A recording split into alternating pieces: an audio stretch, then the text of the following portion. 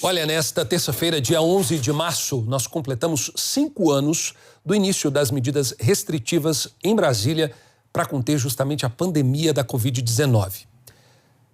Naquele ano, o mundo parou e a nossa rotina mudou completamente.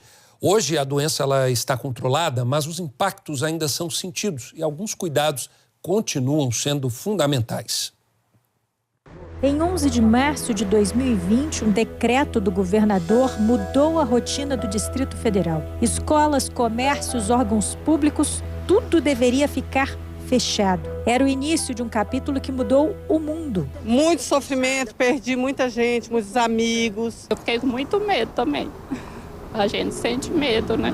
A quantidade de casos escalou. O número de pessoas infectadas passou a ser acompanhado diariamente com atenção. Os óbitos eram tragédias particulares. Na casa de muita gente, as perdas traziam ainda mais apreensão. Perdi vários amigos, muitos colegas de trabalho, vizinho. A mãe da minha melhor amiga faleceu, eu não pude ir no enterro, ninguém pôde ir. Passamos a falar de lockdown, o termo em inglês que indicava o fechamento das cidades para reduzir o número de pessoas nas ruas, mudou a rotina e a produção no mundo inteiro. Muita gente teve o negócio transformado. Essa costureira conseguiu sobreviver por um tempo, fabricando máscaras. Eu tive que fechar a loja, trazer todo o maquinário ali para 306, porque começou a ficar difícil. Estava tudo fechado, ninguém fazia mais nada, ninguém trabalhava mais. Ficou difícil. Eu perdi muita gente lá no Polo de Moda. Muitas pessoas que eu conhecia, não parente meu, graças a Deus, né? Mas pessoas que eu conhecia morreram. O Cleiton também sobreviveu à montanha-russa de acontecimentos. O restaurante onde ele trabalhava fechou.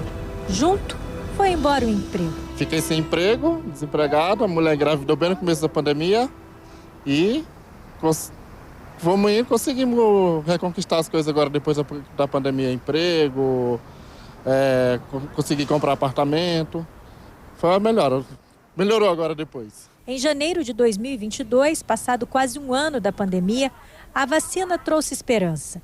Seria possível que a doença não avançasse para a forma mais grave, mas os médicos ainda lutavam para manter a vida dos pacientes dentro das UTIs.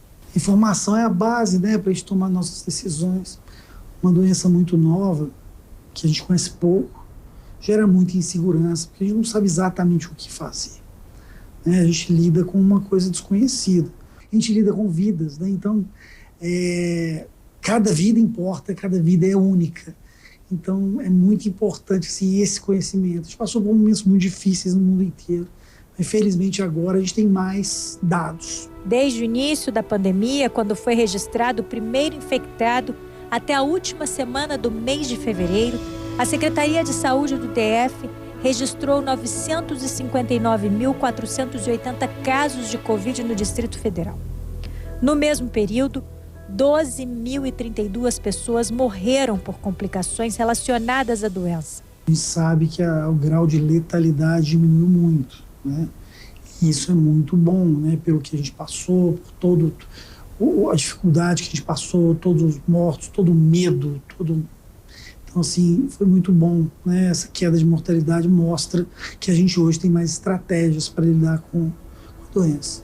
Os novos protocolos de tratamento, as orientações por parte da Organização Mundial de Saúde e do Ministério da Saúde tiraram a Covid do lugar de emergência pública em maio de 2023. Mas foram muitos os legados da experiência. A preocupação com o próximo, o uso constante de máscaras para evitar a contaminação de doenças contagiosas, são hábitos e comportamentos que ficaram. Nos consultórios, a Covid hoje é tratada como uma doença inflamatória do trato respiratório. Tem tratamento comum a de outras doenças parecidas, como a influenza.